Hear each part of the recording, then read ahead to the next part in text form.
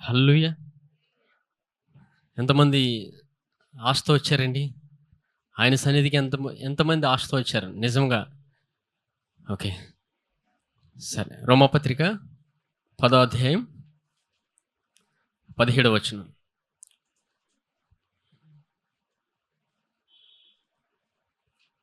కాగా వినుట వలన విశ్వాసము కలుగును, వినుట క్రీస్తును గురించిన మాట వలన కలుగును. మరలా చదువుతాను చూడండి. కాగా వినుట వలన విశ్వాసము కలుగును, వినుట క్రీస్తుని గురించిన మాట వలన కలుగును. ఎవరి గురించి వినాలండి? క్రీస్తుని గురించి వినాలి. ఇక్కడ పౌలు రోమ సంఘానికి రాస్తూ ఏమని రాస్తాడండి? యేసు ప్రభు గురించిన మాటలు వినమని రాస్తున్నాడు పత్రిక. యేసు ప్రభు గురించి ఎంతగా వింటామో ఏమొస్తుందండి? విశ్వాసం వస్తుంది. సంఘానికి ఎలా రావాలి? ఎవరైనా చెప్పండి. సంఘానికి ఎలా రావాలి? బాగా తయారై రావాలా? బాగా తయారై రావాలండి. ఇంకా ఎలా రావాలి? విశ్వాసంతో రావాలి. ఏ పని చేసినా విశ్వాసంతో చేయాలి. ఉద్యోగం చేసినా విశ్వాసంతోనే చేయాలి. ఎక్కడికి ప్రయాణించినా విశ్వాసంతోనే అడిగేయాలి. జీవితంలో ఏ నిర్ణయాలు తీసుకున్నా విశ్వాసంతోనే తీసుకోవాలి. సొంతంగా తీసుకోకూడదండి. విశ్వాసం అనేది ఎలా వస్తుంది? వినుట వలన వస్తుంది. క్రీస్తుని గురించి వింటే విశ్వాసం వస్తుంది. విశ్వాసంతో తీసుకునే ప్రతి నిర్ణయం జీవితంలో ఎప్పుడు మనకి మేలుకరంగానే ఉంటుంది. ఎందుకంటే మేలు చేయవాడు ఆయన. మన జీవితంలో మేలు చేయడానికి ఆయన ఎల్లప్పుడూ ఎదురు చూస్తాడంట. హల్లెలూయా! మన జీవితంలో మేలు చేయడానికి ఆయన ఎదురు చూస్తాడంట. మరి ఆయన ఎదురు చూసినప్పుడు మనం పొందుకోవడమే. వాక్యం ఎంతగా వింటామో ప్రతి మేలుని మనం అనుభవిస్తాం. హల్లెలూయా! సరే, హెబ్రీలు రాసిన పత్రిక తీయండి. హెబ్రీలు రాసిన పత్రిక 11వ అధ్యాయం 29వ వచనం చూడండి. విశ్వాసమును బట్టి వారు పొడి నేల మీద నడిచినట్లు ఎర్ర సముద్రం బడి నడిచిపోయిరి, ఐగుప్తీయులు అలాగు చేయజూచి మునిగిపోయిరి. హల్లెలూయా! మళ్ళీ చదువుతాను చూడండి. విశ్వాసమును బట్టి వారు పొడి నేల మీద నడిచినట్లు ఎర్ర సముద్రంలో బడి నడిచిపోయిరి. ఎవరు నడిచారండి ఎర్ర సముద్రంలో? ఇజ్రాయేలు ప్రజలు. ఇది చదవడానికి మనకి చాలా సులువుగా అనిపించవచ్చు. ఎర్ర సముద్రంలో నడడం అంటే అంత సులువు కాదు. ఎలా నడిచారంట చూడండి. విశ్వాసంతో నడిచారు. విశ్వాసమును బట్టి అని ఉంది. అంటే విశ్వాసంతో నడిచారు ఎర్ర సముద్రంలో. సముద్రం ఎలా ఉంటుందండి? తీగా ఉంటుందా? ఉప్పగా ఉంటుంది. ఎర్ర సముద్రం కూడా ఉప్పగానే ఉంటుంది. సరే, సముద్రం ఏ రుచిలో ఉన్నప్పటికీ ఎర్ర సముద్రం చీలిపోయింది. అవునా? ఎంతగా చీలిపోయిందంటే దేవుని ప్రజలు నడవడానికి మార్గమయ్యేలా చీలిపోయింది. హల్లెలూయా! దేవుడు మాట పలికినప్పుడు ఏ సముద్రమైనా చీలిపోవలసిందే. మన జీవితంలో కూడా విశ్వాసంతో మాట పలికినప్పుడు అది ఎంత ఇబ్బంది పరిచే సముద్రమైనా చీలిపోద్ది. హల్లెలూయా! ఎంతమంది నమ్ముతున్నారండి? దేవుడు మన ఎడల అంత కృపను చూపుతున్నాడు. ఆయన ఎల్లప్పుడూ చూపుతూనే ఉంటాడు. నమ్మి ఎంతగా పలుకుతామో ఎటువంటి ఇబ్బంది పరిచే సముద్రమైనా చీలిపోతుంది. ఇక్కడ దేవుని వాక్యం ఏముందండి? విశ్వాసమును బట్టి వారు పొడి నేల మీద నడిచినట్లు ఎర్ర సముద్రంలో నడిచారంట. ఎవరు మునిగిపోయారు చూడండి. విశ్వాసమును బట్టి వారు పొడి నేల మీద నడిచినట్లు ఎర్ర సముద్రంలో బడి నడిచిపోయిరి, ఐగుప్తీయులు అలాగు చేయజూచి మునిగిపోయిరి. ఎవరు మునిగిపోయారండి? ఐగుప్తీయులు. ఐగుప్తీయులు మునిగిపోతారు. ఎందుకంటే వారు దేవుని అంగీకరించిన ప్రజలు. దేవుణ్ణి అంగీకరించిన వారి ప్రజల పరిస్థితి ఇలాగే ఉంటుంది. వారు సొంతంగా ప్రయత్నిస్తారు. నిజమైన దేవుణ్ణి అంగీకరించలేక ఎన్నో బాధలు పడుతుంటారు భూమి మీద. దేవుడు వారికి కృపణిస్తున్నప్పటికీ వారు తృణీకరిస్తూనే వచ్చారు. మరి ఐగుప్తిలో బందీగా ఉన్న ఇజ్రాయేలు ప్రజల యెడల దేవుడు కృప చూపి ముందుగానే దేవుడు సమాచారం ఇచ్చేవాడు.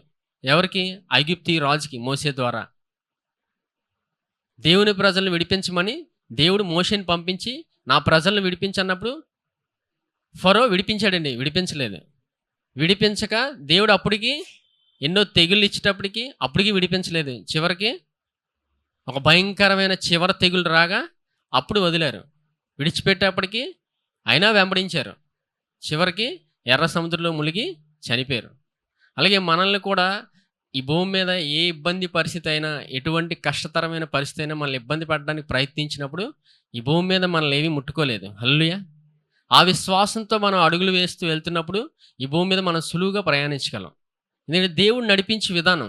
దేవుడు ఇక్కడే ఇజ్రాయేలు ప్రజల్ని ఎక్కడ నడిపించాడండి? రోడ్డు మీద నడిపించారా? సముద్రంలో నడిపించాడు.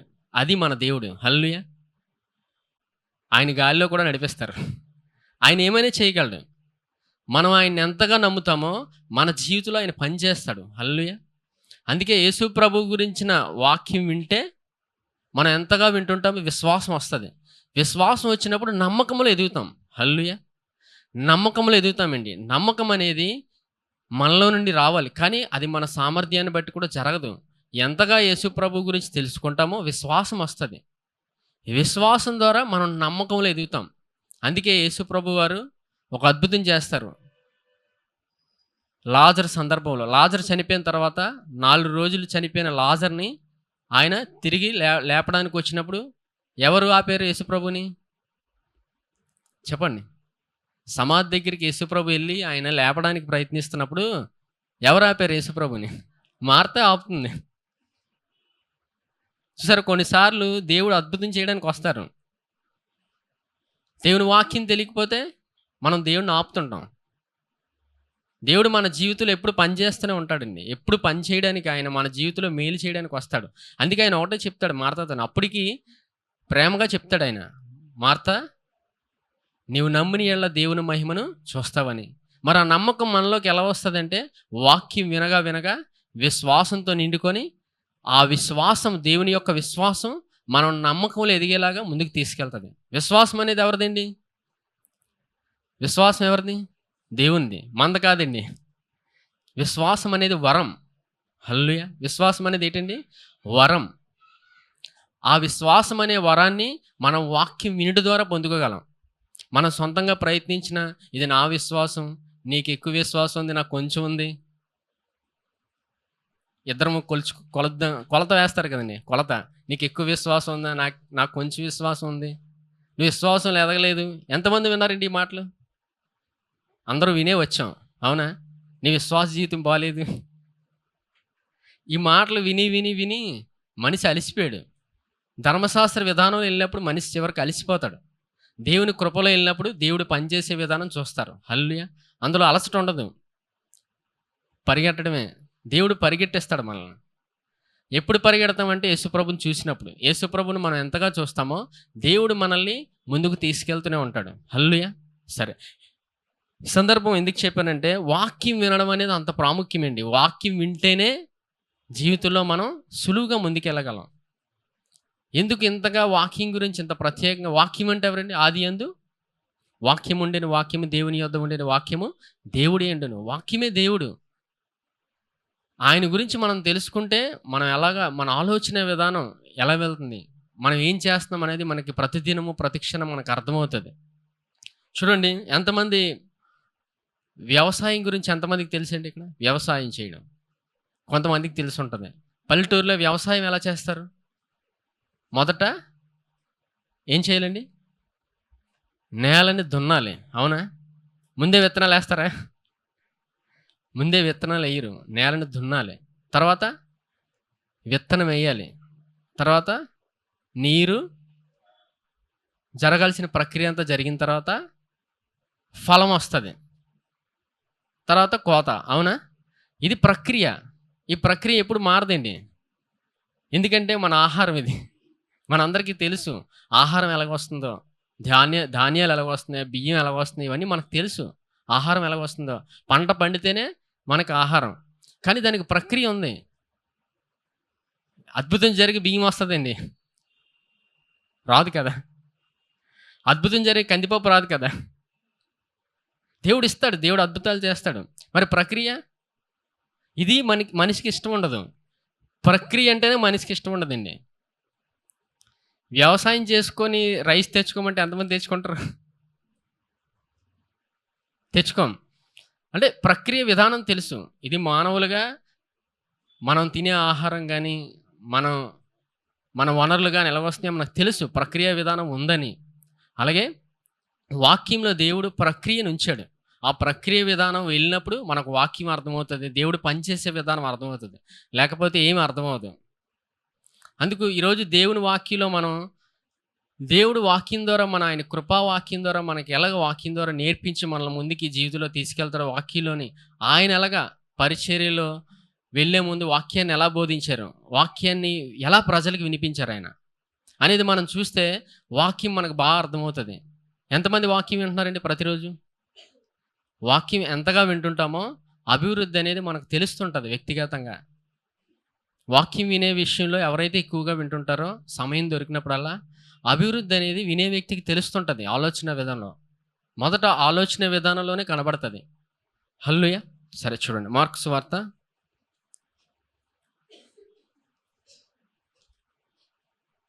4వ అధ్యాయం తీయండి.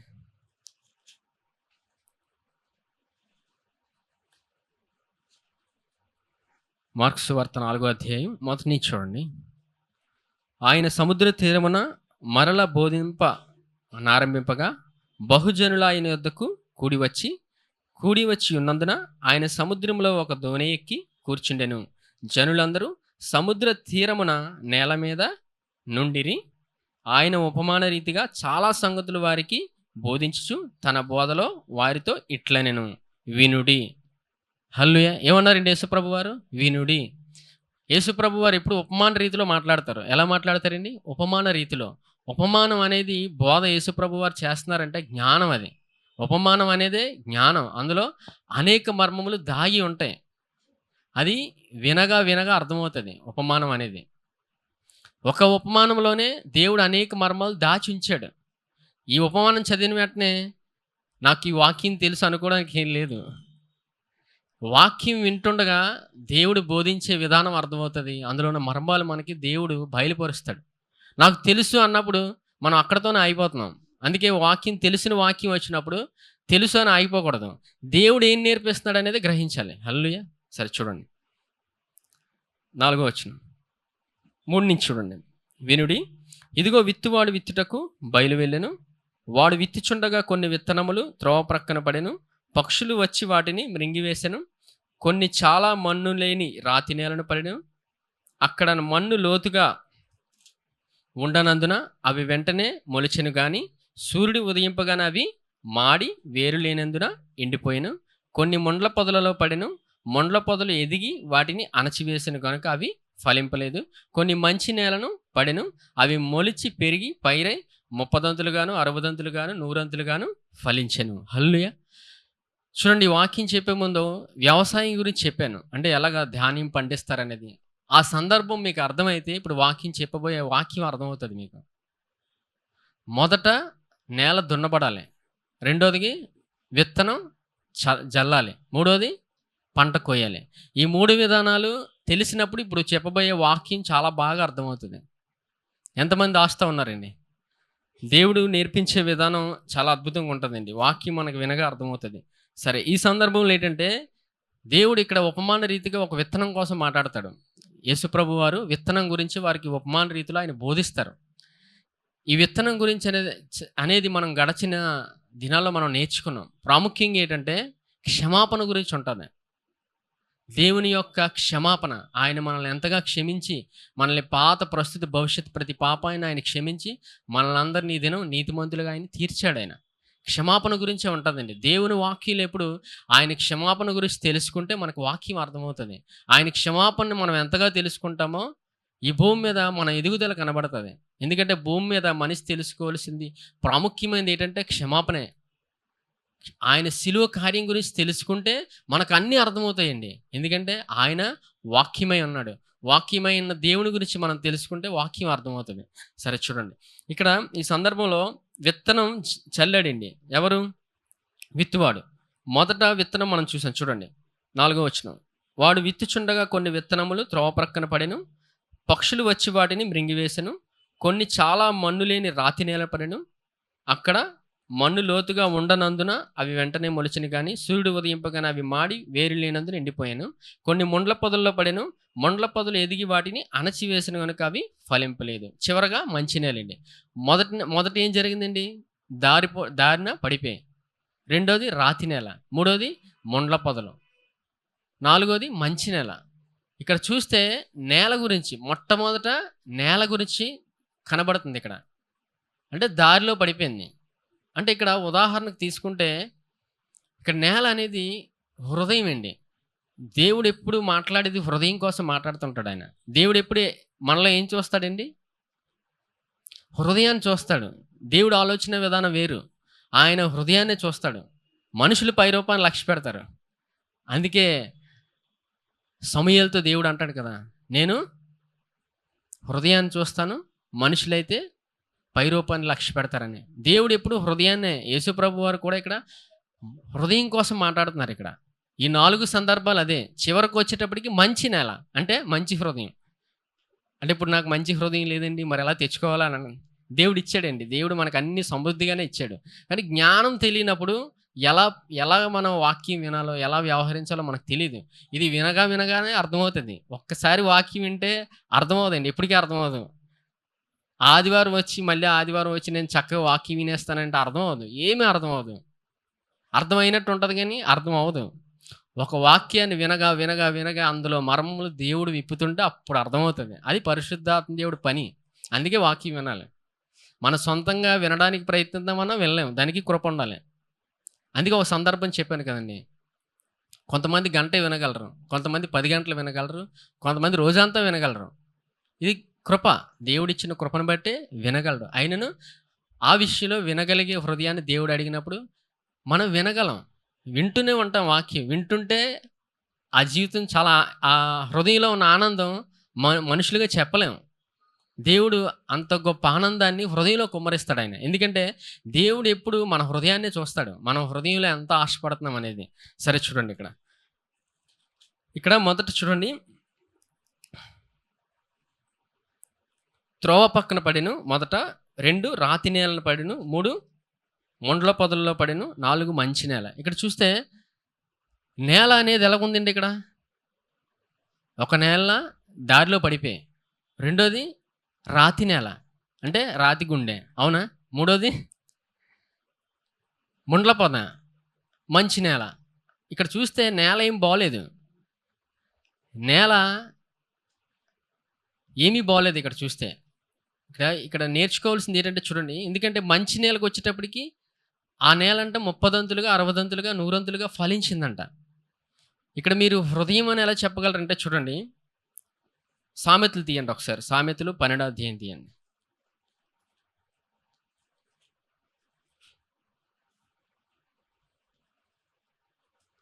12వ అధ్యాయం 11వ వచనం చూడండి. సామెతలు 12వ అధ్యాయం 11వ వచనం. తన భూమిని సేద్యపరచుకునే వానికి ఆహారం సమృద్ధిగా కలుగును, వ్యర్థమైన వాటిని అనుసరించేవాడు బుద్ధి లేనివాడు. ఇక్కడ చూడండి, ఈ సామెతల్లో పై వచనంకి కింద వచనంకి ఏం సంబంధం ఉండదు. ఎప్పుడైనా మీరు సామెతలు చదువుతున్నప్పుడు పై వచనంకి కింద వచనంకి అస్సలు సంబంధం ఉండదు. ఒక వచనంలో 2 భాగాలు ఉంటాయి, అవునా? ఇక్కడ చూడండి, ఈ 11వ వచనంలో 2 భాగాలు ఉన్నాయి. తన భూమిని సేద్యపరచుకునే వానికి ఆహారం సమృద్ధిగా కలుగును, వ్యర్థమైన వాటిని అనుసరించేవాడు బుద్ధి లేనివాడు. తన భూమిని సేద్యపరచుకోవడానికి, వ్యర్థమైన వాటిని అనుసరించడానికి ఏ సంబంధం లేదు వాక్యంలో. ఇక్కడ చూస్తే ఈ భాగం మనకి అర్థమైన రీతిలో ఉంది, కానీ ఇక్కడ భావం అయితే ఒకటే. ఎందుకంటే ఎప్పుడు పద్యాల రూపంలో ఉన్నాయి ఇవి. ఏ రూపమండి? పద్యాల రూపంలో ఉన్నప్పుడు ఒక్కొక్క వచనంలో ఉన్న భాగం వేరువేరుగా మాట్లాడుతున్నప్పటికీ ఒకే భావం వస్తుంది. అందుకే ఈ సందర్భం ఏంటంటే ఒకటే భావం రెండిట్లకి. సరే చూడండి, తన భూమిని సేద్యపరచుకునే వానికి ఆహారము సమృద్ధిగా కలుగును. చూసారా, భూమిని సేద్యపరచుకునే వానికి ఆహారం ఏమొస్తుందండి? సమృద్ధిగా వస్తుంది. ఇప్పుడు ఎంతమందికి స్థలాలు ఉన్నాయండి? అంటే ఎంతమందికి నేల ఉంది? ఇక్కడ అందరికీ ఉన్నాయి కదా. మాట్లాడుతుంది మర్మం ఏంటి? జ్ఞానం, హృదయం. నేల అంటే ఇప్పుడు హృదయం, స్థలం అంటే మనకున్న భూముల గురించి కాదండి, మనలో ఉన్న భూమి గురించి దేవుడు ఏం పెట్టాడో అది అది ప్రాముఖ్యం. ఇప్పుడు మనలో దేవుడు హృదయాన్ని ఉంచాడు, అవునా? ఆ హృదయం అనే నేలని మనం ఎంతగా దున్నుకుంటామో ఏమవుతుందండి, ఆహారం సమృద్ధిగా వస్తుందంట. సరే, చూడండి, వ్యర్థమైన వాటిని అనుసరించేవాడు బుద్ధి లేనివాడు. ఇక్కడ చూడండి, వ్యర్థమైన వాటిని అనుసరించడం అంటే, ఇప్పుడు మనం గడిచిన దినాల్లో బోధ ఏం జరిగిందంటే, వ్యర్థమైన వాటిని అనుసరించడం అంటే పాపం చేయడం అనుకుంటారు. ఇక్కడ సందర్భం అది కాదండి. పాపం చేయడం కాదు. వ్యర్థమైన వాటిని అనుసరించడం అంటే ఇంకా పాపం చేసావు, నువ్వు ఆ తప్పు చేసావు, నువ్వు ఈ తప్పు మనిషిని నిందిస్తారు. ఎప్పుడు ఏ మనిషిని తప్పు చేసినప్పటికీ ఎవరిని నిందించకండి. తప్పు చేసినప్పటికీ మనం నిందించే మనిషికి లేదు హక్కు. ఒక వ్యక్తి తప్పు చేసినప్పటికీ మనిషికి నిందించే హక్కు లేదు. అది ఆయనకి మాత్రమే. హల్లెలూయా! ఎందుకంటే మానవుల యొక్క హృదయం మనకు తెలీదు. దేవుడికే తెలుసు. ఆయనకే తెలుస్తది ఒక మనిషి హృదయం. అందుకు దేవుని వాక్యం నేర్చుకుంటే దేవుడు పనిచేసే విధానం మనకు అర్థమవుతది. ఇప్పుడు చూడండి, యేసు ప్రభు వారు ఆయన పరిచర్యలో ఎవరితో ఎక్కువ ఆయన కొంత సమయం ఇచ్చారండి పరిచర్యలో వెళ్ళినప్పుడు? త్రాగుబోతులతోని, అవునా? వేశ్యలు, వాళ్ళతో ఆయన కూర్చొని సంభాషించేవాడు ఆయన. వాళ్ళతో కలిసి భోజనం కూడా చేశారు ఆయన. దేవుని హృదయం అది. మనం ఏం చేస్తాం ఈరోజు? వాక్యం తెలియకపోతే, దేవుని జ్ఞానం తెలియకపోతే, దేవుడు ఎవరి గురించి అయితే వచ్చాడో ఈరోజు మనం వారిని తృణీకరిస్తాం. మనకన్నీ తెలిసినట్టు. మనకేమీ తెలీదు దేవుని గురించి. 2 మాటలు తెలియగానే ఇంకా లోకంలో ఉన్న ప్రజల్ని మనం వారిలా చేశారని మనం తృణీకరిస్తుంటాం. మనం దేవుని వాక్యం తెలుసుకుంటే ఎవరి దగ్గర ఎలా ప్రవర్తించాలనేది దేవుడు మనకు నేర్పిస్తాడు. దేవుడు జ్ఞానం ఇచ్చి నేర్పిస్తాడండి. ఈ విషయంలో ఏంటంటే, మనకు తెలియనప్పుడు దేవుడిని అడగాలి. అడుగుడి మీకు ఇయ్యబడును. దేవుడి దగ్గరికి వచ్చినప్పుడు మనకి ఏం తెలియదనే రావాలి. ఆయన నేర్పిస్తాడు. మనకు అన్నీ తెలుసంటే దేవుడు ఏమనడు, సైలెంట్గా ఉంటాడు. దేవుడు పనిచేసే విధానం కొన్నిసార్లు మనకి అర్థమవదు. ఇన్ని జరుగుతున్నా దేవుడు మౌనంగా ఉన్నాడేటి? తుఫాను వస్తుంది, వడగళ్ళు పడుతున్నాయి, దేవుడు ఎక్కడ? ఎంతమందికి వచ్చిందండి ఈ ప్రశ్న? ఈ జీవితంలో వెళ్ళినప్పుడు కొన్నిసార్లు ప్రశ్న వస్తుంది, దేవుడు ఎక్కడ ఉన్నాడని. ఇన్ని జరుగుతున్నాయి, దేవుడు ఎక్కడ అని. దేవుడు ఎప్పుడు మనలోనే ఉంటాడండి. ఆయన పరిశుద్ధాత్మ దేవుడు మనలోనే ఉన్నాడు. ఆయన మనకి వాక్యాన్ని జ్ఞాపకం చేస్తుంటాడు. వాక్యం జ్ఞాపకం చేసి జ్ఞానం ఇచ్చి ఆయన మనల్ని నడిపిస్తాడు. ఆయన మనలో ఉన్నాడని మనం నమ్మినప్పుడు దేవుడు పనిచేసే విధానం మనకు అర్థమవుతుంది. హల్లెలూయా! దేవుడు మనలోనే ఉన్నాడండి. ఎక్కడ ఇద్దరు నా నామమున ఏకీభవిస్తారో వారి మధ్యలో నేనున్నానని చెప్పాడు ఆయన. ఎక్కడ 2 ముగ్గురేనండి. ఆయన 100 మంది అని చెప్పలేదు.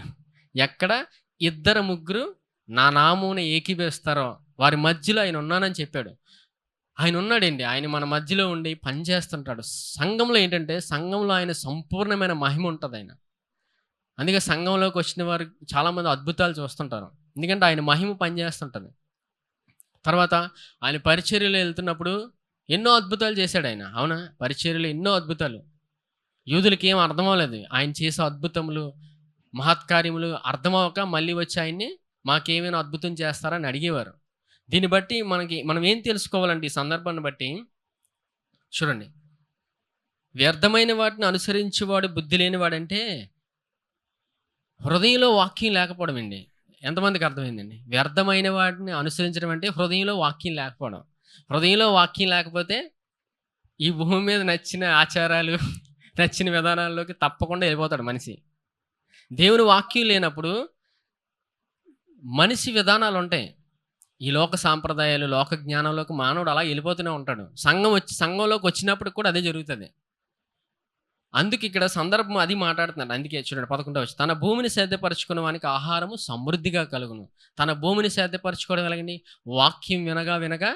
భూమి అంటే నేల, నేలని దున్నుకోవడం. ఎప్పుడైతే వాక్యంతో నింపబడుతుంటుందో సమృద్ధి అయిన ఆహారం మనకు ఉంటుంది. ఓకేనా? తర్వాత వ్యర్థమైన వాటిని అనుసరించేవాడు బుద్ధి లేనివాడు. సందర్భం అది. ఎప్పుడైతే వాక్యం నింపుకోరో, వాక్యం లేదో హృదయంలో, జ్ఞానం ఉండదు. వాక్యం లేకపోతే ఇంక జ్ఞానం లేనట్టేనండి. భూమి మీద ఏ వ్యక్తి జ్ఞానం లేని మనిషి మనకి ఆలోచన ఇచ్చినా నమ్మేస్తాం. ఏ జ్ఞానము లేనప్పుడు ఈ భూమి మీద ఎవరు చెప్పినా ఏం చెప్పినా నమ్ముతారండి వాళ్ళు. ఎందుకంటే మనుషులుగా మనం వెళ్ళినప్పుడు జీవితంలో చాలా చూసాం, అవునా? వివాహం విషయంలోని అయిపోయిన తర్వాత ఏం చేయలేం. వారు చెప్పారు కదా చేసుకున్నారన్న. అవునా? చాలా ఇవి దేవుని విధానంలో లేనప్పుడు, దేవుడి జ్ఞానం లేనప్పుడు మానవులు సులువుగా మోసపోతారు. అదే దేవుడి జ్ఞానం ఉన్నప్పుడు పరిశుద్ధాత్మ దేవుడు ఎక్కడ ఎలా ప్రవర్తించాలో ఆయన మనకు నేర్పిస్తాడు. దేవుని వాక్యంతో అందుకే నింపుకుంటే జ్ఞానం ఉంటది. ఆయన ఏమై ఉన్నారండి? యేసుప్రభు వారు మనకు జ్ఞానము, నీతి, విమోచన, పరిశుద్ధత ఈ 4 ఆయనే. మొట్టమొదటిదే జ్ఞానం. మరి యేసుప్రభు వారు ఈ భూమి మీద ఎలా ఎదిగారండి ఆయన? ఆయన మనిషిగా వచ్చారు కదా! ఎలా ఎదిగారు ఈ భూమి మీద? లూకా సువార్త తీయండి ఒకసారి.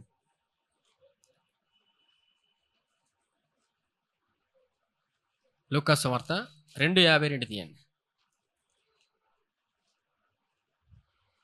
లూకా సువార్త 2:52. యేసు జ్ఞానమందును, వయస్సునందును, దేవుని దయందును, మనుషుల దయందును వర్ధిల్లుచుండెను.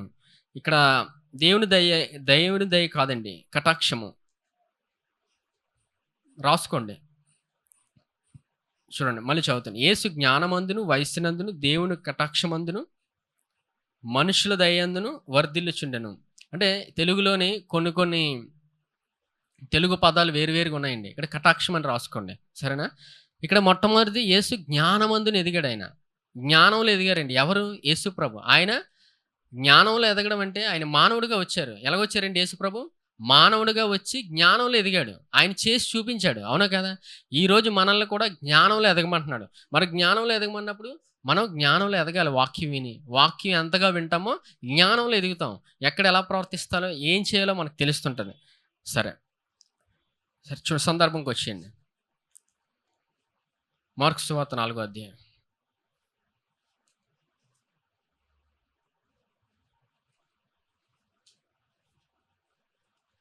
చూడండి. మార్కు సువార్త 4వ అధ్యాయం 4వ వచనం. వాడు విత్తుచుండగా కొన్ని విత్తనములు త్రోవ పక్కన పడెను. పక్షులు వచ్చి వాటిని మృంగివేసెను. కొన్ని చాలా మన్ను లేని రాతి నేలన పడెను. అక్కడ మన్ను లోతుగా ఉండనందున అవి వెంటనే మొలిచెను గాని సూర్యుడు ఉదయింపగానే అవి మాడి వేరు లేనందున ఎండిపోయెను. కొన్ని మొండ్ల పొదలలో పడెను. ముండ్ల పొదలు ఎదిగి వాటిని అణచివేసిన గనుక అవి ఫలింపలేదు. కొన్ని మంచి నేలను పడెను. అవి మొలిచి పెరిగి పైరే 30 గాను 60 ఫలించెను. ఇక్కడ చూడండి. ఇప్పుడు 30 60 100 ఫలించారు. ఎలాగా? మంచి నేల. మంచి నేలగా అవ్వాలంటే దున్నబడాలి. దున్నబడాలంటే ఇప్పుడు చూడండి, నేల దున్నేటప్పుడు 2 ఎద్దులు పెడతారు. అవునా? 2 ఎద్దులు కలిసి 2 ఎద్దులు కలవాలంటే మధ్యలో కాడి వేయాలి. అవునా? కాడి వేసినప్పుడు 2 ఎద్దులు నేల అంతా దున్నుతాయి. ఈ ప్రక్రియ విధానం మనకు తెలుసు, పల్లెటూరులో జరుగుతుంది. అలాగే వాక్యంలో ఏంటంటే మనం 30 60 100 ఫలించాలంటే నేల దున్నబడాలి. మరి ఎవరితో కలిసి ప్రయాణించాలి? మత్తయి సువార్త తీయండి. మత్తయి సువార్త 11వ అధ్యాయం 28వ వచనం. ప్రయాసపడి భారం మోసుకొనుచున్న సమస్త జనులారా నా యొద్దకు రండి, నేను మీకు విశ్రాంతి కలుగజేతును. నేను సాత్వికుడను, దీన మనస్సు గలవాడును గనుక మీ మీద నా కాడి ఎత్తుకుని నా యొద్ద నేర్చుకొనుడి, అప్పుడు మీ ప్రాణములకు విశ్రాంతి దొరుకును.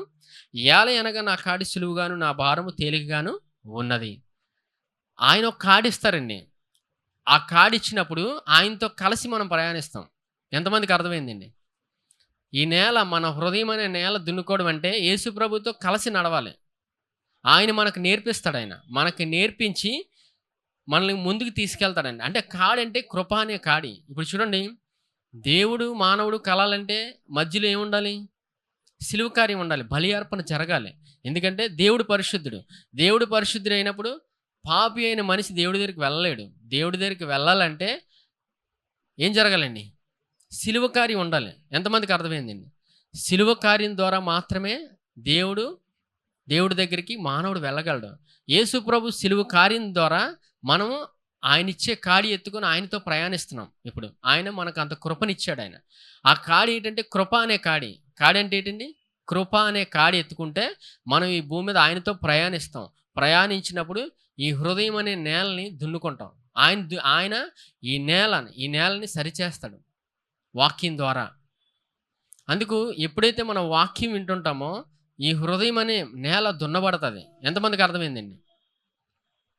నేల దున్నబడడం అర్థమైంది కానీ యేసు ప్రభుతో కలిసి నడిస్తే హృదయం అనే నేల దున్నబడుతుంది. మొదటిది. సరే, రెండో చూడండి.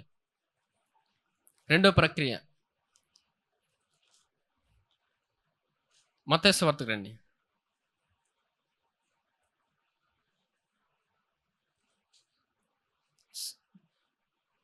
4వ అధ్యాయం 4వ వచనం. వాడు విత్తుచుండగా కొన్ని విత్తనములు త్రోవ పక్కన పడెను, పక్షులు వచ్చి వాటిని మృంగివేసెను. చాలండి, చూడండి. ఇప్పుడు విత్తనము దున్నబడిన తర్వాత ఏం జరగాలండి? విత్తనం వేయాలి, అవునా? ఇప్పుడు ఈ 4 నెలల్లోని విత్తనం వేయబడింది. ఎవరు? విత్తువాడు. ఈ 4 నెలల్లో వేయబడింది. ఇప్పుడు దున్నబడింది. దున్నబడిన తర్వాత నేల విత్తబడాలి, వాక్యం. మరి ఎవరు విత్తుతారు? మరలా దేవుడే విత్తుతాడు. ఎవరు విత్తారండి? దేవుడే వాక్యాన్ని విత్తుతాడు. ఆయన విత్తనం అనే వాక్యాన్ని ఆయన విత్తుతాడు. ఎలా విత్తుతాడు? అర్థమవుతుందండి? ఎంతమందికి అర్థమైందండి? ఆయన విత్తుతాడు. ఎలా విత్తుతాడు? దేవుడి విధానం ఏంటి? ఇప్పుడు ఈ హృదయం అనే నేలలో విత్తబడాలి. దేవుడు పనిచేసే విధానం ఏంటంటే, ఈ ప్రక్రియ ఎప్పుడు మారదండి. భూమి మీద మనిషి బ్రతికినంతకాలం పరలోకం వెళ్ళి ఆయన కలుసుకునేదాకా ఈ ప్రక్రియ ఉంటుంది. ఈ ప్రక్రియని మానవుడు ఎంతగా అంగీకరించి ఈ విధానంలో వెళ్తాడు, ఎప్పుడు అభివృద్ధి చెందుతూనే ఉంటాడు. దేవుడు పనిచేసే విధానం ఎప్పుడు ఒక మనిషిని వాడుకుంటాడండి. ఇది మానవులుగా తీసుకోలేరు. కొంతమందికి నాకు అన్నీ తెలుసు, నాకు వాక్యజ్ఞానం ఉంది, నేను బాగా చదువుకున్నాను, నేనే దేవుడిని తెలుసుకుంటానని వెళ్తారు. దేవుడు పనిచేయడు. దేవుడు పనిచేసే విధానం అది కాదు. దేవుడు పనిచేసే విధానం మనకు తెలిసినప్పుడు మనం దేవుని విధానంలో వెళ్తాం. ఇప్పుడు ఇజ్రాయేలు ప్రజల్ని విడిపించడానికి ఎవరిని పంపాడండి దేవుడు? మోషే. మోషే అంటే ఒక మనిషే, అవునా? ఇప్పుడు చూడండి, రోమాపత్రికి దేవుడు ఒక పత్రికకి లెటర్ రాయించాడు, అవునా? ఎవరి ద్వారా? పౌలు ద్వారా. ఎంతమందికి అర్థమైందండి? కాగా వినుట వలన విశ్వాసం కలుగును, వినుట క్రీస్తుని గురించిన మాట వలన కలుగును. ఎవరు రాశారు? పౌలు ద్వారా దేవుడు రాయించాడు. అంటే ఒక మనిషిని వాడుకున్నాడు. దేవుడు చూసారా ప్రక్రియ విధానం? ఏం మారదండి. దేవుడు మనుషులు వాడుకుంటాడు. హల్లెలూయా. దేవుడు పనిచేసే విధానం అది. ఇక్కడ విత్తువాడు ఎవరంటే, దేవుడు ఒక మనిషిని ఎంచుకొని విత్తుతుంటాడు వాక్యాన్ని. వాక్యం విత్తబడుతున్నప్పుడు వినాలి. హల్లెలూయా. అప్పుడు తర్వాత ఏం జరుగుతుంది? విత్తబడిన తర్వాత ముందు దున్నబడింది ఏంటి? దున్నబడిన తర్వాత విత్తనం అయ్యింది. విత్తనం వేశారు, విత్తబడింది. తర్వాత పంట కోయాలి, అవునా? సరే, ఈ పంట కోయడం అనేది తెలుసుకుంటే వాక్యం మనం ఉన్న మర్మం మనకు అర్థమవుతుంది. ఫలించడం ఎలాగా? ఎందుకు కొన్నిసార్లు మనం ఫలించలేకపోతాం, ఎందుకు అభివృద్ధి చెందలేకపోతాం అంటే, దేవుడు పనిచేసే విధానం తెలియనప్పుడు, దేవుడు పనిచేసే విధానంలో మనం వెళ్ళనప్పుడు, దేవుడు ఉంచిన ప్రక్రియ విధానంలో మనం లేనప్పుడు, అంగీకరించినప్పుడు మనకు ఫలం కనిపించట్లేదు, అంతే. ఎంతమందికి అర్థమైందండి? ఈ ప్రక్రియ విధానం అనేది భూమి మీద ఉంటుందండి, మారదు. ఏం మారదు, ఏమి మారదు. దేవుడు వాక్యం రాయించాడంటే ఈ భూమి మీద ప్రయాణిస్తున్నంత కాలం మనం ఈ ప్రక్రియ విధానంలో వెళ్తూనే ఉండాలి. లేదండి నాకు అద్భుతం కావాలంటారు, నాకు వెంటనే అద్భుతం చేసేయాలి దేవుడు, అద్భుతాలు నేను ఎదుగుతుంటాను అంటాడు. నిజమే, దేవుడు అద్భుతం చేస్తాడండి. ఆయన పరిచర్యలు వెళ్ళినప్పుడు ఆయన అద్భుతాలు చేసుకుంటూనే వెళ్ళాడు. ఆయన ఎంతోమందిని స్వస్థపరిచాడు, ఎంతోమంది చనిపోయిన వారిని ఆయన లేవనెత్తాడు. ఆయన కాళ్ళు లేని వారికి కాళ్ళు ఇచ్చాడు, గుడ్డి వారికి కళ్ళు ఇచ్చాడు, ఎన్నో అద్భుతాలు చేశాడు, అవునా? చేసిన తర్వాత చివరికి యేసుప్రభు వారు వెంటనే ఏం మాట్లాడారు? గడిచిన వారంలో ఈ సందర్భం కూడా మరలా యేసుప్రభు వారు వాక్యం గురించే మాట్లాడుతున్నారు. ఎక్కడికి రావాలి? వినుడి అన్నారంటే ఏంటి? వాక్యం వినమని మాట్లాడుతున్నారు ఆయన. ఇక్కడ ఏంటంటే అద్భుతం వేరు, ప్రక్రియ విధానం వేరండి. అద్భుతాలు అన్నీ ఉన్నాయి, దేవుడు చేస్తాడు. దేవుడు ఎప్పుడు చేస్తుంటాడంటే ఆయన పనిలో పని చేస్తున్నప్పుడు ఆయన అద్భుతాలు చేసుకుంటూ వెళ్తాడు. అద్భుతాలు ఉన్నాయి, ప్రక్రియ విధానం ఉంది. కానీ ప్రాముఖ్యమైనది ఏంటంటే వాక్యం వినడమే. వాక్యం వింటుంటే అద్భుతాలు జరుగుతాయి. హల్లెలూయా. ఇప్పుడు చూడండి, యేసుప్రభుని అంగీకరించక ముందు అన్యులుగా ఉన్నప్పుడు దేవుడు అద్భుతం చేసి తీసుకొస్తాడు సంఘానికి, అవునా? దేవుడు ఇప్పుడు ఎవరికో ఏదో సమస్య ఉంది ఆరోగ్య విషయంగానే, దేవుడు స్వస్థత కార్యం చేసినప్పుడు దేవుడు వారి హృదయాన్ని ముట్టి వారిని రక్షిస్తాడు, అవునా? రక్షించి సంఘానికి తీసుకొచ్చిన తర్వాత ప్రక్రియ విధానం ఏంటి చెప్పండి? ప్రక్రియ విధానం ఏంటండి? వాక్యం వినడం. మళ్ళీ సంఘానికి వచ్చిన తర్వాత నాకు అప్పుడు అద్భుతం జరిగింది, ఇప్పుడు జరగలేదు, నేను వెళ్ళిపోతానంటే అద్భుతాన్ని వెతికినప్పుడు అలాగే ఉంటుంది. అద్భుతం వెతికినప్పుడు నేను ఇప్పుడు వచ్చాను, నాకు అద్భుతం జరగట్లేదు, అప్పుడు జరిగింది ఇప్పుడు జరగట్లేదు అని అద్భుతాన్ని వెతికినప్పుడు వెనకడుగు వేస్తారు. ఎంతమందికి అర్థమవుతుందండి? ప్రక్రియ విధానం తెలియకపోతే చాలా సంవత్సరాలు ఇదే జరిగింది. దేవుని వాక్యం వినమని దేవుడే చెప్తుంటే మానవుడు ఒక్కదాని దగ్గర అయిపోతాడు. అద్భుతం దగ్గరే. అద్భుతాలన్నీ సులువుగా జరుగుతాయి. ఎంత సులువుగా అంటే అవి ఉదాహరణకు చెప్తాను చూడండి. అద్భుతం అనేది మనకు సులువుగా అయిపోద్ది. మాటల్లో కూడా, చేతల్లో కూడా అద్భుతం చాలా సులువని మనమే చెప్తాం. ఎందుకంటే అంత సులువు అద్భుతం. ఆయన వాక్యం వింటే. ఆయన సంఘానికొచ్చి కూర్చుంటే అద్భుతాలు ఆయనే చేస్తాడు. ఆయన పనిలో వెళ్ళిపోతున్నప్పుడు అద్భుతాలు జరుగుతూనే ఉంటాయి. ప్రాసెస్ అది. ప్రాముఖ్యమైనదేంటి? వాక్యం వినడమే.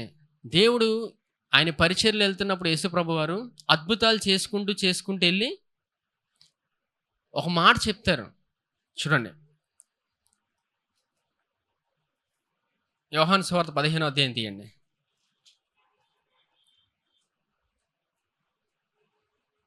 15వ అధ్యాయం 5వ వచనం.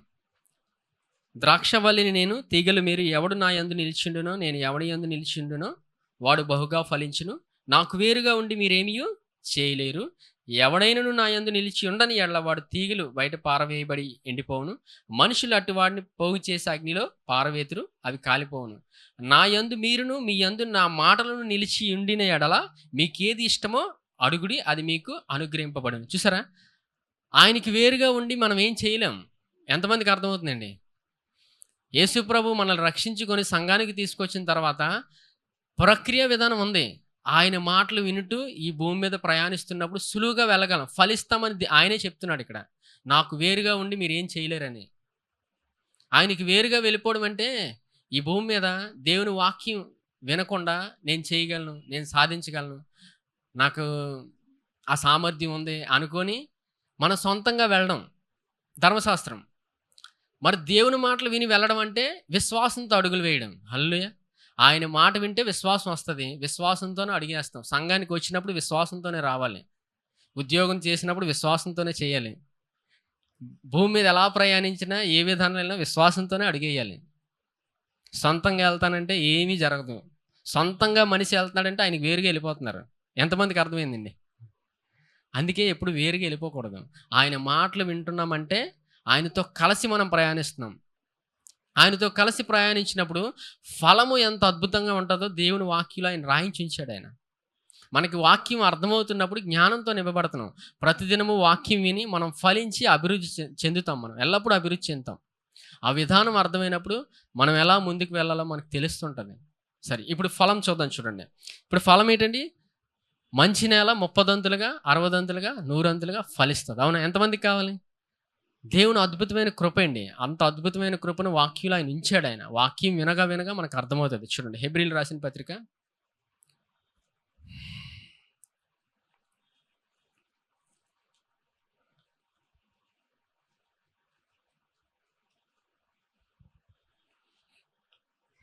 11వ అధ్యాయం 11వ వచనం. హెబ్రీయులు రాసిన పత్రిక 11వ అధ్యాయం 1వ వచనం చూడండి. విశ్వాసమనున్నది నిరీక్షింపబడు వాటి యొక్క నిజ స్వరూపమును అదృశ్యమైన యున్నవనుటకు రుజువునై ఉన్నది. విశ్వాసం ఎలాగుందండి? నిరీక్షింపబడు వాటి యొక్క నిజ స్వరూపమును అదృశ్యమైన యున్నవనుటకు రుజువునై ఉన్నది. అదృశ్యమైనవి ఎలా ఉన్నాయండి? యున్నవనుటకు రుజువునై ఉందంట. అదృశ్యంగా ఉన్నాయి. ఏంటున్నాయి? ఇప్పుడు అనారోగ్య స్థితి ఉందండి. అనారోగ్యం కనబడుతుంది. అవునా? డబ్బు లేదు, అది కనబడుతుంది. మరి ఇక్కడ అదృశ్యమైనవి ఏంటి? ఇప్పుడు వాక్యంలో క్రీస్తులు ఏమున్నాయి? ఆరోగ్యము, ఐశ్వర్యము, సమస్తం ఉన్నాయి. అవన్నీ అదృశ్యంలో ఉన్నాయంట. ఎంతమందికి అర్థమైందండి వాక్యం? మళ్ళీ చదువుతాను చూడండి. విశ్వాసమనున్నది నిరీక్షింపబడి వాటి యొక్క నిజ స్వరూపమును అదృశ్యమైనవి యున్నవనుటకు రుజువునై ఉన్నది. అన్నీ అదృశ్యమై ఉన్నాయి, కనిపించట్లేదు. ఆత్మ సంబంధమైన ప్రతి ఆశీర్వాదం క్రీస్తులో ఉంది. ఎవరిలో ఉందండి? క్రీస్తులో ఉంది. అనారోగ్య స్థితి ఉన్నప్పుడు ఆయన ఎట్టివాడై ఉన్నాడో మనం కూడా అట్టివారమై ఉన్నాం. ఇప్పుడు ఏం పలకాలి? ఆయన పొందిన దెబ్బల వలన నాకు స్వస్థత కలిగను అని పలికినప్పుడు ఆరోగ్యం కనబడుతుంది. హల్లెలూయా. అందుకే విశ్వాసం అంటే ఏంటి? నమ్మి పలకడం. క్రీస్తులో ఆరోగ్యం ఉంది, ఇక్కడ అనారోగ్య స్థితి ఉంది. క్రీస్తులో ఆరోగ్యం ఉన్నప్పుడు మనం నమ్మి పలుకుతున్నప్పుడు ఆ ఆరోగ్యం మనలో కనబడుతుంది. హల్లెలూయా. అదే విశ్వాసం అండి. ప్రతి పని విశ్వాసంతోనే చేయాలి, విశ్వాసంతోనే అడుగులేయాలి. ఈ విశ్వాసం అనేది వాక్యం వినగా వినగా వస్తుంది. సరే, పాత నిబంధనలో అనేక మంది ప్రజలు ప్రయాణించారు. అవును కదండి? మొట్టమొదటి సువార్త ఎవరికి ప్రకటించబడింది? చెప్పండి. స్వార్థ పాత నిబంధనలో ప్రకటించబడింది. అబ్రహాము అవునా కొత్త నిబంధనకు సూచనగా ఉంటాడు. అవునా? అబ్రహాము విశ్వాసులకు తండ్రి. మరి ఎలాగా ప్రకటించాడు దేవుడు? నక్షత్రాలు చూపించాడు. ఏం చూపించాడండి? నక్షత్రాలు చూపించాడు. ఇసుక రేణువులు చూపించాడు దేవుడు. ఈ విధానం వెళ్ళాడు మనకు అర్థమవుతుంది. ఎంతమందికి అర్థమవుతుందండి? జ్ఞానం అండి. దేవుడు మాట్లాడే విధానం. దేవుడు నక్షత్రాన్ని చూపిస్తాడు. అవునా? దేవుడు ఒక మనిషిని వాడుకొని వాక్యం బోధిస్తున్నప్పుడు అందులో మర్మాలు దేవుడే బోధించగలడు. అందుకే వాక్యం వినగా మరలా మరలా వినాలి. ఒక్కసారి నాకు అర్థమైపోయిందంటే అర్థం అవ్వదు. తెలుసు అంటేనే ఇటు వెళ్ళిపోయినట్టే. వాక్యం వినగా వినగా అర్థమవుతుంది. ఇప్పుడు చూడండి, నక్షత్రాన్ని చూపిస్తాం. కానీ నక్షత్రంలో ఏముందని ఎవరికి తెలుసు? దేవుడికే తెలుసు. మనుషులు అందరికీ తెలుసు నక్షత్రం ఉందని. కానీ నక్షత్రంలో ఏముందనేది మనిషికి తెలియదు. అది సృష్టించిన దేవుడికే తెలుసు. హల్లెలూయా! అంత కృపనిచ్చాడండి మనకి దేవుడు. దేవుని వాక్యంలో ప్రతి మర్మాన్ని ఆయన దాచించాడు. మరి పాత నిబంధనలో ఉన్న అబ్రహాము దేవుని మాట నమ్మి ప్రయాణించాడు. అవునా? దేవుడు వెళ్ళమని చోటుకి వెళ్ళాడు. చూడండి, మొదట చూడండి ఇక్కడ 11వ అధ్యాయం 8వ వచనం. హెబ్రీయులకు రాసిన పత్రిక 11వ అధ్యాయం 8వ వచనం. అబ్రహాము పిలువబడినప్పుడు విశ్వాసమును బట్టి ఆ పిలుపునకు లోబడి తాను స్వాస్థ్యముగా పొందనయ్యున్న ప్రదేశమునకు బయలు వెళ్ళాను. మరియు ఎక్కడికి వెళ్ళవలనో అది ఎరుగక బయలు వెళ్ళినంట. ఎంతమందికి అర్థమైందండి? అబ్రహాముకి దేవుడు వెళ్ళమని చెప్పాడు. ఎక్కడికి వెళ్ళాలో తెలీదు. అర్థమవుతుందండి? ఎక్కడికి వెళ్ళాలో తెలియట్లేదు. దేవుడు వెళ్ళమన్నాడు అంతే. ఇల్లు అంతా సర్దుకున్నాడు, బట్టలన్నీ సర్దుకున్నాడు. ఒక పక్క భార్య అడుగుతుంది ఎక్కడికని. జవాబు లేదు. ఎంతమందికి అర్థమవుతుందండి వాక్యం? దేవుడు పనిచేసే విధానం మనుషులకి అర్థమవదు. అది మనం చెప్దామన్నా సరే వాళ్ళకి అర్థమవదు. అది కూడా పరిశుద్ధాత్మ దేవుడు చెప్పాలి. హల్లెలూయా! ఇప్పుడు దేవుడు అబ్రహాముని బయలుదేరమన్నాడు ఇంట్లో నుంచి. బయలుదేరి ఇంట్లోంచి వెళ్ళిపోతున్నాడు. ఎక్కడికి వెళ్తున్నాడో తెలియట్లేదు. చూడండి 9వ వచనం. విశ్వాసమును బట్టి అతనితో ఆ వాగ్దానమునకు సమాన వారసులైన ఇస్సాకు యాకోబు అనువారును గుడారంలో నివసించును. అనిల్ దేశంలో ఉన్నట్టుగా వాగ్దత్త దేశంలో పరవాసులైరి. 10వ వచనం. ఏలయనగా దేవుడు దేనికి శిల్పి నిర్మారకుడై ఉన్నాడో పునాదులు గల పట్టణం కొరకు అబ్రహాము ఎదురు చూచుండెను. 11వ వచనం. విశ్వాసమును బట్టి సారాయి వాగ్దానం చేసినవాడు నమ్మదగినవాడని ఎంచుకొనెను గనుక తాను వయస్సు గతించినందున గర్భము ధరించుటకు శక్తి పొందెను. ఈ సందర్భం చూడండి, దేవుడు అబ్రహాముకు బయలుదేరమన్నాడు. బయలుదేరే సందర్భంలో వెళ్తున్నప్పుడు అబ్రహాముకి పిల్లలు కూడా లేరు. అబ్రహాముకి పిల్లలు లేరు. దేవుడు వెళ్ళమన్నాడు, బయలుదేరాడు, వెళ్తున్నాడు, పిల్లలు లేరు. పరిస్థితి బాగాలేదు. ఎంతమందికి అర్థమవుతుందండి? పరిస్థితి ఏం బాగాలేదు. దేవుడు మాట నమ్మి వెళ్ళిపోతున్నాడు. ఇక్కడేమో పిల్లలు లేరు. కానీ దేవుడు పనిచేసే విధానం చాలా అద్భుతంగా ఉంటుంది. ఈ వాక్యం మనం వింటుంటే అర్థమవుతుంది. చూడండి 12వ వచనం. అందుచేత మృతతుల్యుడైన ఆ యొక్కని నుండి సంఖ్యకు ఆకాశ నక్షత్రములను సముద్ర తీరమందు లెక్కింప సఖ్యము కానీ ఇసుక వలెను సంతానము కలిగెను. ఎంతమందికి అర్థమైందండి? సరే మళ్ళీ చదువుతాను చూడండి 12వ వచనం. 11 నుంచి చూడండి. విశ్వాసమును బట్టి సారాయి వాగ్దానం చేసిన వాడు నమ్మదగిన వాడని ఎంచుకొనెను గనుక తాను వయస్సు గతించిన దైనను గర్భము ధరించుటకు శక్తి పొందెను. అందుచేత మృతతుల్యుడైన ఆ యొక్కని నుండి, ఈ మృతతుల్యుడు అంటే అర్థం ఏంటంటే శరీరం ఇంకా సహకారం లేదండి. వయసు 100 సంవత్సరాలు వస్తే అబ్రహాంకి, సారా కూడా పెద్ద వయసే, ఇద్దరు ముసలైపోయారు. దేవుడు చెప్పాడు, ప్రయాణించాడు, పిల్లలు లేరు. ఇక్కడ ఏ విధంగానూ నమ్మడానికి ఆస్కారం లేదు. అబ్రహాంకి ఏంటంటే దేవుడు నమ్మి దేవుడు మాట చెప్పాడు, వెళ్ళిపోయాడంటే. ఇప్పుడు వాక్యం వినమంటారండి. దేవుడు ఇక్కడ సంఘంలో ఆయన బోధించినప్పుడు వాక్యం వినమంటాడు. వాక్యం దేవుడు చెప్తున్నప్పుడు వాక్యం వినాలి. సమయం దొరికినప్పుడల్లా ఆయన మాట వింటే ఫలం కనబడుతుంది. ఇక్కడ చూడండి, ఫలం కనబడింది. చెప్తాను, అర్థమైనట్టు చెప్తాను. చూడండి 12వ వచనం. అందుచేత మృతతుల్యుడైన ఆ యొక్క నుండి సంఖ్యకు ఆకాశ నక్షత్రములను సముద్ర తీరము వద్ద లెక్కింప శక్యము కాని ఇసుక వలెను సంతానము కలిగిన. ఎలాగొచ్చిందండి? ఇంకా ఇసుక రేణువుల వలె సంతానం వచ్చింది. ఆకాశ నక్షత్రాలు దేవుడు లెక్క పెట్టమన్నాడు. ఇసుక దేవుడు చూపించే విధానం ఏంటంటే దేవుడు ఆకాశ నక్షత్రాలు చూపించి మాట్లాడేవాడు అబ్రహాంతో. తర్వాత ఇసుకను చూపించేవాడు. అబ్రహాం ఏమో కొంచెం అపనమ్మిక వచ్చినప్పుడు దేవుడు మళ్ళా చూపించేవాడు. మళ్ళీ దేవుడి మాట వినేవాడు అబ్రహాం. వినగానే దేవుడు ఏం చూపించాడు? ఇసుకను చూపించేవాడు. మళ్ళీ చిన్న అయ్యో జరగట్లేదు అనేటప్పటికి మళ్ళీ దేవుడు ఆకాశ నక్షత్రాలు పైకి చూడు అనేవాడు దేవుడు. నక్షత్రాలు కనబడి కిందకు చూస్తే ఇసుక, పైకి చూస్తే ఆకాశ నక్షత్రం. ఎటు చూసినా దేవుడు మాట్లాడుతున్నాడు. ఎంతమందికి అర్థమవుతుందండి? దేవుడు మాట వినగా దేవుడు అన్ని చూపించి మాట్లాడతాడు. ఎంతమందికి అర్థమవుతుందండి? దేవుడు పనిచేసే విధానం, ఈ భూమి మీద ఉన్న ప్రతి జంతువుని చూపించి దేవుడు మాట్లాడతాడు. ప్రతి నక్షత్రాన్ని, ప్రతి ఇసుకను చూసి దేవుడు మాట్లాడతాడు. ఇవన్నీ మన కోసమే ఉన్నాయి. వాటి కోసం మనం లేవండి. వాటిని చూపించి దేవుడు మనతో మాట్లాడతాడు. అందుకు దేవుడు అబ్రహాంకి నక్షత్రాల్ని, ఇసుక రేణువులు చూపించి మాట్లాడాడు. మాట్లాడిన తర్వాత ఫలం ఎలాగొచ్చింది చూడండి. 12వ వచనం. అందుచేత మృతతుల్యుడైన ఆ యొక్కను నుండి సంఖ్యకు ఆకాశ నక్షత్రము వలెను, సముద్ర తీరమందలే లెక్కింప సఖ్యము కాని ఇసుక వలెను సంతానము కలిగెను. సరే, దేవుడు మాట నమ్మాడు అబ్రహాం. నమ్మి ఇంట్లోంచి బయలుదేరాడు. సంతానం లేదు, అయినా దేవుడి మాట నమ్మాడు. అలా ప్రయాణించాడు. వయసు అయిపోయింది. 100 సంవత్సరాలు వస్తే ఇంకా మాట వింటున్నాడు. 100 సంవత్సరాలకి దేవుడు కుమారుని ఇచ్చాడు. హల్లెలూయా! దేవుడు గొప్ప కృప అండి. ఈ విధానంలో వెళ్ళినప్పుడు, ఈ ప్రక్రియ విధానంలో వెళ్ళినప్పుడు అబ్రహాంకి కొన్ని సందర్భాలు వచ్చి కుటుంబం నుంచి చూడండి. ఇప్పుడు అంటే కుటుంబం నుంచి రావడం అంటే ఫలం కనబడింది అబ్రహాంకి దేవుడి మాటను నమ్మడం వలన. ఇప్పుడు చూడండి, అబ్రహాంకి పిల్లలు లేరు. దేవుడి మాట నమ్మి బయలుదేరాడు. బయలుదేరిన తర్వాత సారాకి ఏమైంది? సారాకి ఇప్పుడు పిల్లలు కావాలి, అవునా? ఆశ ఏముంది? ఈయనేమో దేవుడి మాట నమ్మి ఇంట్లోంచి వెళ్ళిపోతున్నాడు, నాకు పిల్లలు లేరు. ఎంతమందికి అర్థమవుతుందండి? అక్కడ ఏం జరిగిందంటే, అబ్రహాము దేవుడి మాటను ఎప్పుడైతే నమ్మాడో, దేవుడు పనిచేసే విధానం సారా జీవితంలో ఫలం కనబడింది. అంటే కుటుంబంలో ఒక మనిషి దేవుడి మాట వింటూ బయలుదేరుతుండగా కుటుంబంలో ఫలం కనబడుతుంది. హల్లెలూయా! కుటుంబంలో భర్త కానీ, ఇప్పుడు చూడండి, చాలామంది స్త్రీలు సంఘంలో ఎక్కువ ఎవరు ఉంటారండి? స్త్రీలే ఉంటారు ఎక్కువ, పురుషులు ఉండరు.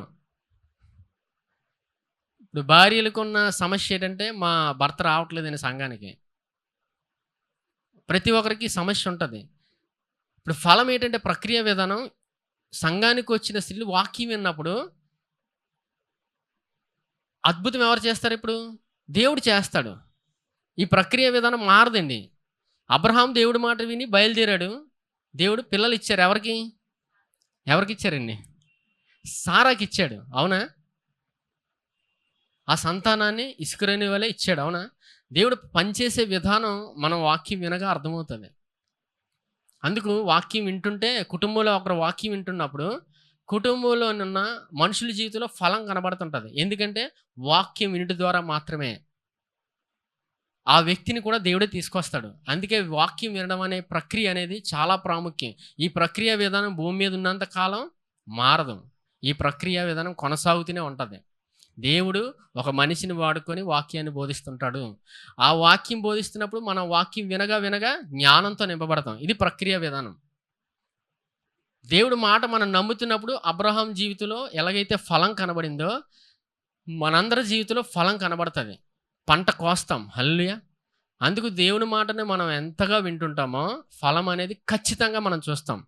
అబ్రహాం జీవితంలో అసలు నమ్మడానికి కూడా ఇంకా ఆస్కారం లేదు. శరీరం సహకరించలేని స్థితికి వెళ్ళాడు. 100 సంవత్సరాలు. 100 సంవత్సరాలంటే పిల్లలు ఇంకా మానవులుగా ఆలోచిస్తే ఇంకా కష్టం. 40 దాటితేనే ఇంకా కష్టం అంటారు, అవునండి? 40 సంవత్సరాలు దాటితేనే. ఇప్పుడు 100 అయిపోయింది, వృద్ధాప్యం. అలాంటి పరిస్థితిలో కూడా దేవుడు అద్భుతాన్ని చేశాడు. దేవుడు ఏమైనా చేయగలడండి. విశ్వాసం మనం నిండుకున్నప్పుడు మనం ఏమైనా చేయగలమండి. విశ్వాసంతో నింపబడుతున్నప్పుడు ఈ భూమి మీద ఏమైనా చేయగలం. దేవుడు అంత కృపనిస్తాడు. అందుకు మనం యేసు ప్రభు గురించిన వాక్యం ఎంతగా వింటుంటామో, కృపను గురించి విశ్వాసంతో నింపబడతాం. విశ్వాసంతో నింపబడిన తర్వాత అబ్రహాం జీవితంలో పొందుకున్న గొప్ప మేళ్ళు మనం పొందుకుంటాం. ఇదేనండి ప్రక్రియ. కుటుంబంలో ఒకరు వాక్యం వింటున్నప్పుడు ఆ మేలు కుటుంబంలోని కనబడుతుంటుంది అందరికీ. వారిని కూడా, రక్షణ లేని వారిని దేవుడు రక్షిస్తాడు. వారిని కుటుంబంతో సహా దేవుడు తీసుకొస్తాడు. ఈ వాక్యం ప్రక్రియ అనేది చాలా ప్రాముఖ్యం. ఇది ఈ భూమి మీద ప్రయాణిస్తున్నంత కాలం వాక్యం వినడం అనేది ఉంటుంది. విధానం, దేవుడు పనిచేసే విధానం. అందుకే యేసుప్రభు వారు ఉపమాన రీతిలో అక్కడ మాట్లాడుతున్నారు ఆయన విత్తనం గురించి. ఎందుకు మాట్లాడుతున్నారండి యేసుప్రభు వారు? ఉపమానంలోనే ఎందుకు బోధిస్తున్నారు విత్తనం కోసం? ప్రక్రియ.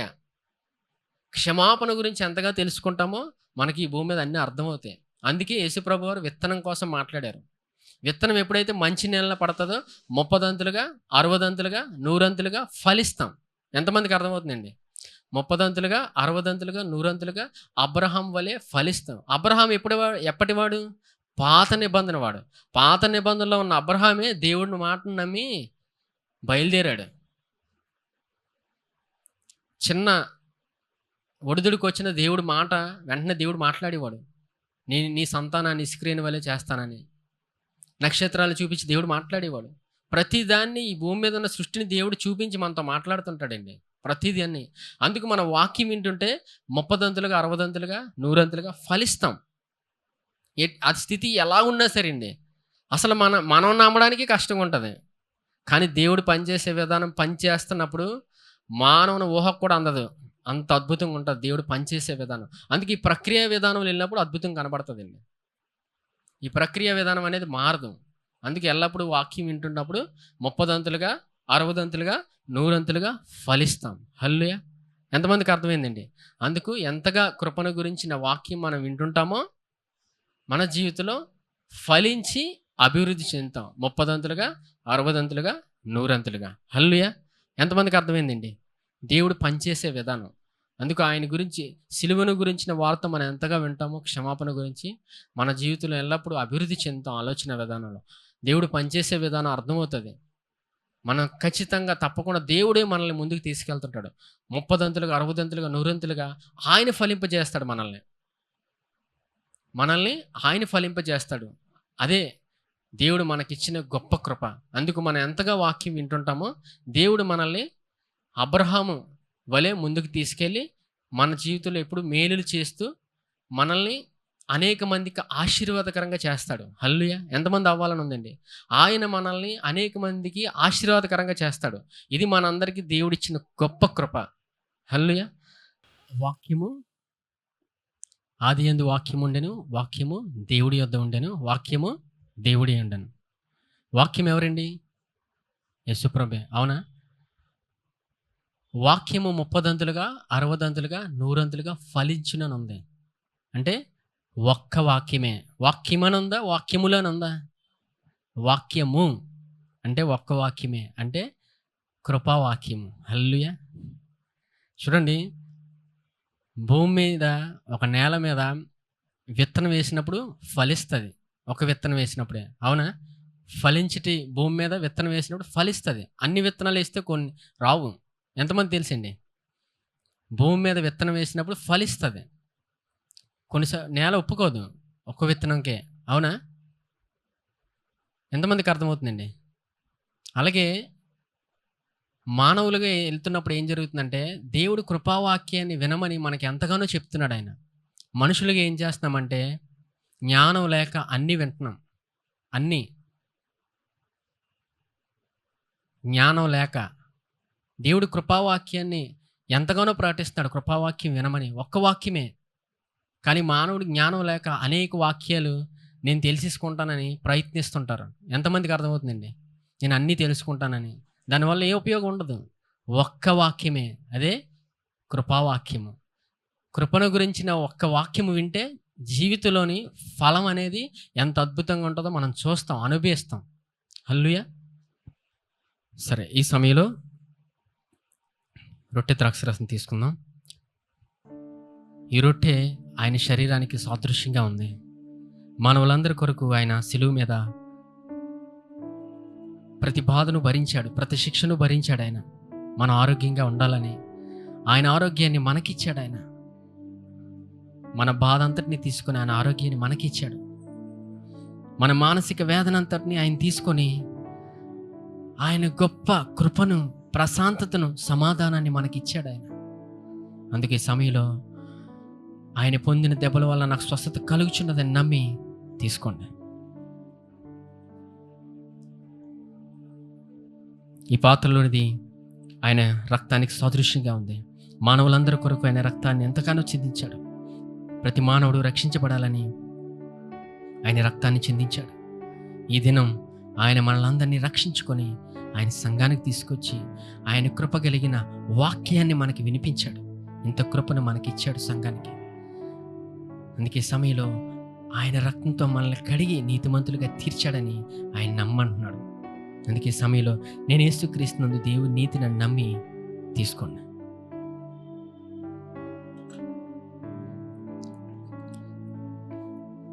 పరిశుద్ధుడైన తండ్రి, మీకు వందనాలయ్యా. నేను మీ బిడ్డలందరినీ మీ చేతులకు అప్పగిస్తున్నాను నాన్న. దేవా, మీ కృపావాక్యం ద్వారా మాతో మాట్లాడిన విధానం బట్టి వందనాలయ్యా. అవునయ్యా, అబ్రహాము జీవితంలో మీరు చేసిన ఆ గొప్ప మేలుని బట్టి వందనాలు, ఆ గొప్ప అద్భుతాన్ని బట్టి వందనాలయ్యా. అయ్యా, మీరు కృపను చూపారయ్యా. మీ కృప కలిగిన జ్ఞానం ఇచ్చి అబ్రహాన్ని నడిపించి గొప్ప మేళ్ళు తన జీవితంలో మీరు చేశారు నాయన. ఆ వాక్యం ద్వారా మాతో మాట్లాడిన విధానం బట్టి వందనాలయ్యా. అయ్యా, అవునయ్యా, వాక్యము వినగా 30 దంతులుగా 60 దంతులుగా 100 దంతులుగా మేము ఫలిస్తాం నాయన, అభివృద్ధి చెందుతామయ్యా. ఎప్పుడైతే కృపా వాక్యము మేము వింటామో 30 దంతులుగా 60 దంతులుగా 100 దంతులుగా ఫలిస్తామని మీ వాక్యం ద్వారా మాకు నేర్పించిన విధానం బట్టి వందనాలు అయ్యా. నన్ను ఈ సమయంలో మీ బిడ్డలందరినీ జ్ఞాపకం చేస్తూ అన్న వారి కుటుంబ విషయాలు, వారి వ్యక్తిగతమైన విషయాలు మీ సన్నిధిలో పెడతానయ్యా. అయ్యా, వారికి సమాధానం లేని స్థితి ఉంటే సమాధానం దయచేయండి అయ్యా. దేవా, మీ కృపను దయచేయండి అన్న. అలాగే అయ్యా, వారికి ఉద్యోగరీత్యా, వ్యాపారరీత్యా మీ జ్ఞానము, మీ కృపను దయచేయండి అయ్యా. మీ జ్ఞానము దయచేయండి అయ్యా. మీ జ్ఞానము, మీ కృపనిచ్చి నడిపించుకోమని వేడుకుంటున్నాను అయ్యా. అయ్యా, మీరే నడిపించుకోండి అయ్యా. అలాగే మేము ఎల్లప్పుడూ మీ వాక్యం వింటూ ముందుకెళ్ళే గొప్ప కృపలోకి మీరు నడిపిస్తున్న విధానం బట్టి వందనాలయ్యా. దేవా, మా అందరికి మీరు వినగలిగే హృదయం ఇచ్చినందుకు వందనాలు దేవా. నేను సంఘానికి మీరు శిరస్సుగా ఉండి నడిపిస్తున్న విధానం బట్టి వందనాలు అయ్యా. మీరయ్యా, సమస్తం మా కొరకు చేసింది మీరు నాయన. శిలువ బలియాగం ద్వారా మమ్మల్ని అందరినీ నీతిమంతులుగా చేసింది మీరు నాయన. మా ఎడల మీరెంత కృపను చూపిన విధానం బట్టి వందనాలు అయ్యా. మీరే మాతో మాట్లాడి నడిపించిన విధానం బట్టి వందనాలు.